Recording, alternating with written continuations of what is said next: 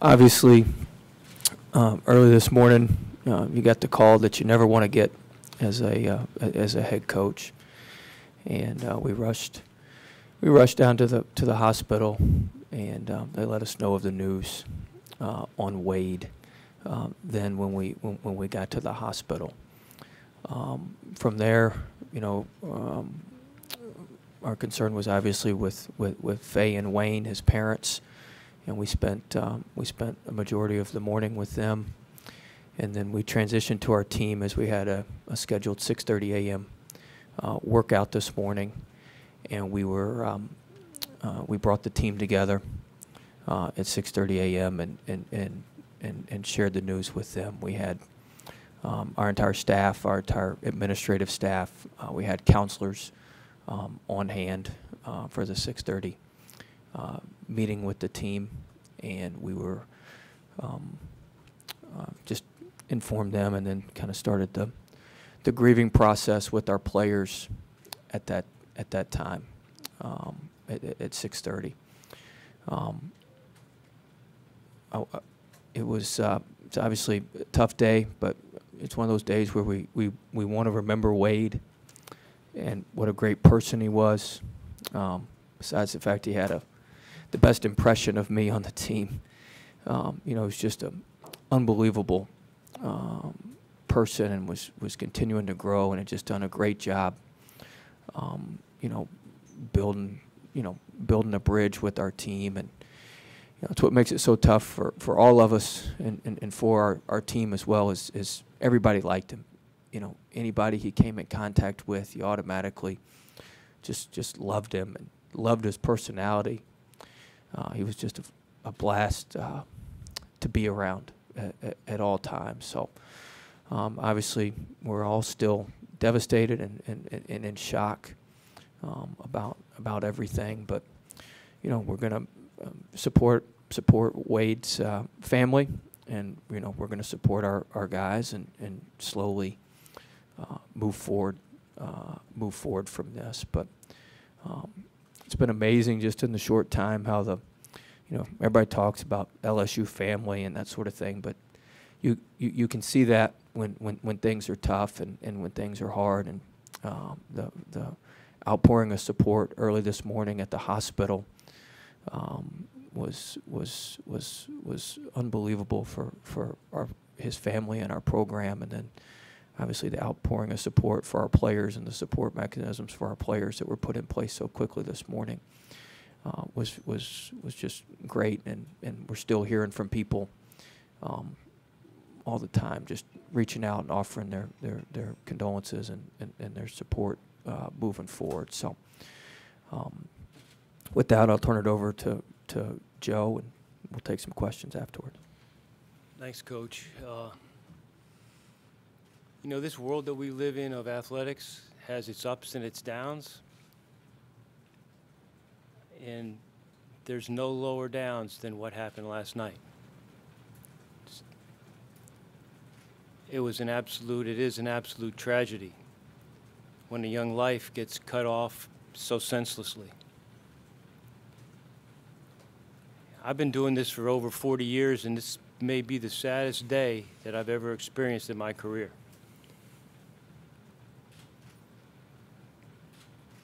I personally knew him.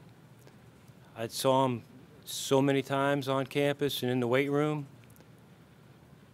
Just a wonderful young man with great smile and great spirit.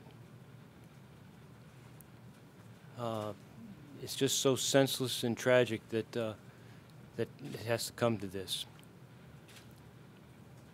Like Coach said, we're going to do everything we can for his family and for the team, provide counseling. But like I told the team this morning, this is a day they'll never forget. They'll never forget this day. It'll live with them forever.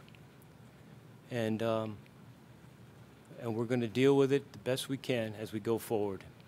The LSU family will bond together even stronger than ever and support these young men and their family as we go forward. So with that, we'll answer any questions you might have. All right, raise your hand. We'll give a mic to you. Let's go to Michael.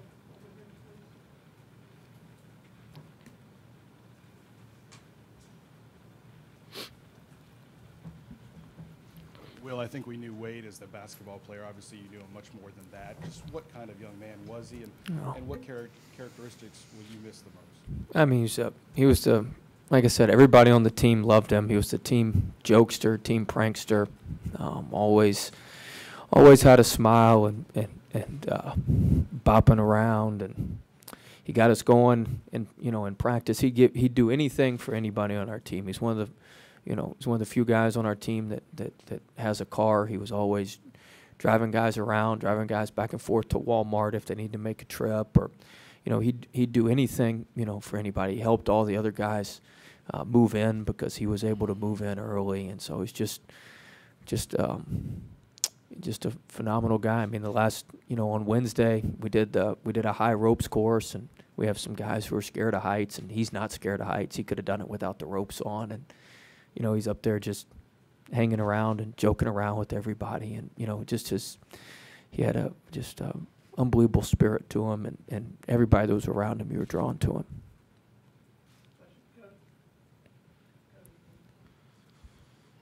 Will, if you could talk about his love for LSU. I know he was very passionate about this place, grew up in Baton Rouge. Absolutely. I mean, there was no other option for him. His father played here. He grew up here, went to high school here, and he loved LSU. He loved Baton Rouge.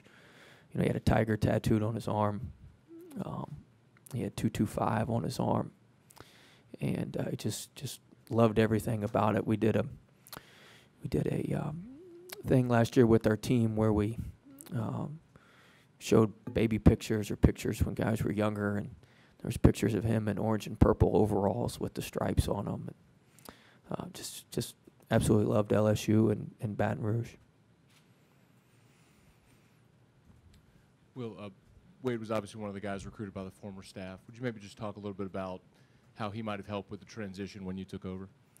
Yeah, I mean, he's just, like I said, he's one of those guys that everybody likes and everybody liked, and he has a way about him where if you're around him, you feel engaged with him, and you just love him.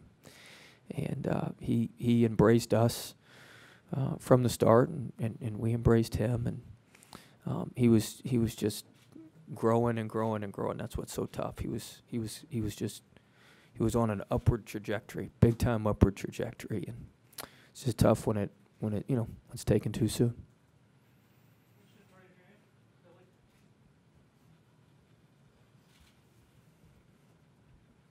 Coach, basketball's completely secondary and things like this, but where does your focus go now with the team and helping them grieve with this and cope?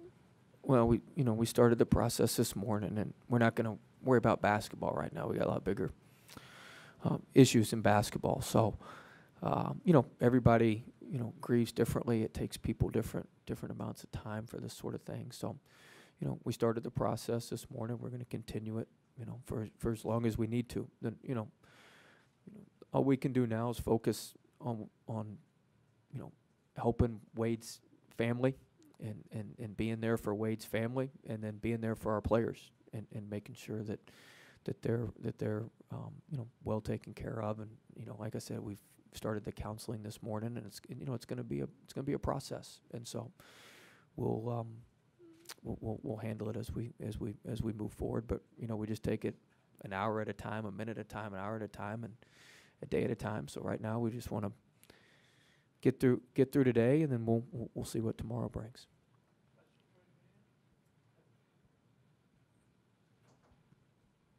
Obviously, a lot of grieving with this process, and you talked a little bit about what this morning. A lot of questions might be around like what might led to last night. Much about the details and just kind of what might have happened. No, I don't know a whole lot about the details at this time.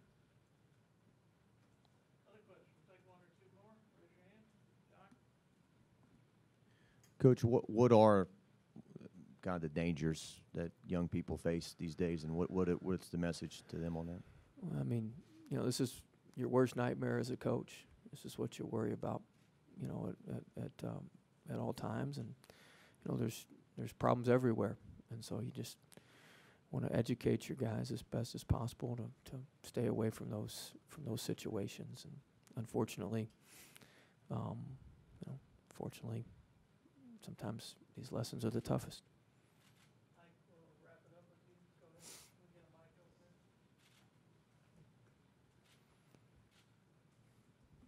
Joe, obviously this will be a campus-wide issue now and something that you guys will address. It extends, I would assume, past the basketball team and something that you will, I see all the coaches here, you know, engage every team about just awareness, being an athlete and being on a stage that maybe an average student isn't on. Yeah, you're right. Wayde grew up in Baton Rouge and knew a lot of people, not just on the basketball team. His footprint permeates the whole campus. It even goes down to U High. There's still kids at U High that knew Wayde. So this is a terrible experience for everyone, but at the end of the day, we need to make it a learning experience also. That you know, that our athletes are out there and they have to be careful everywhere they go. So during this grieving process, it'll permeate the whole campus and not just our athletic teams.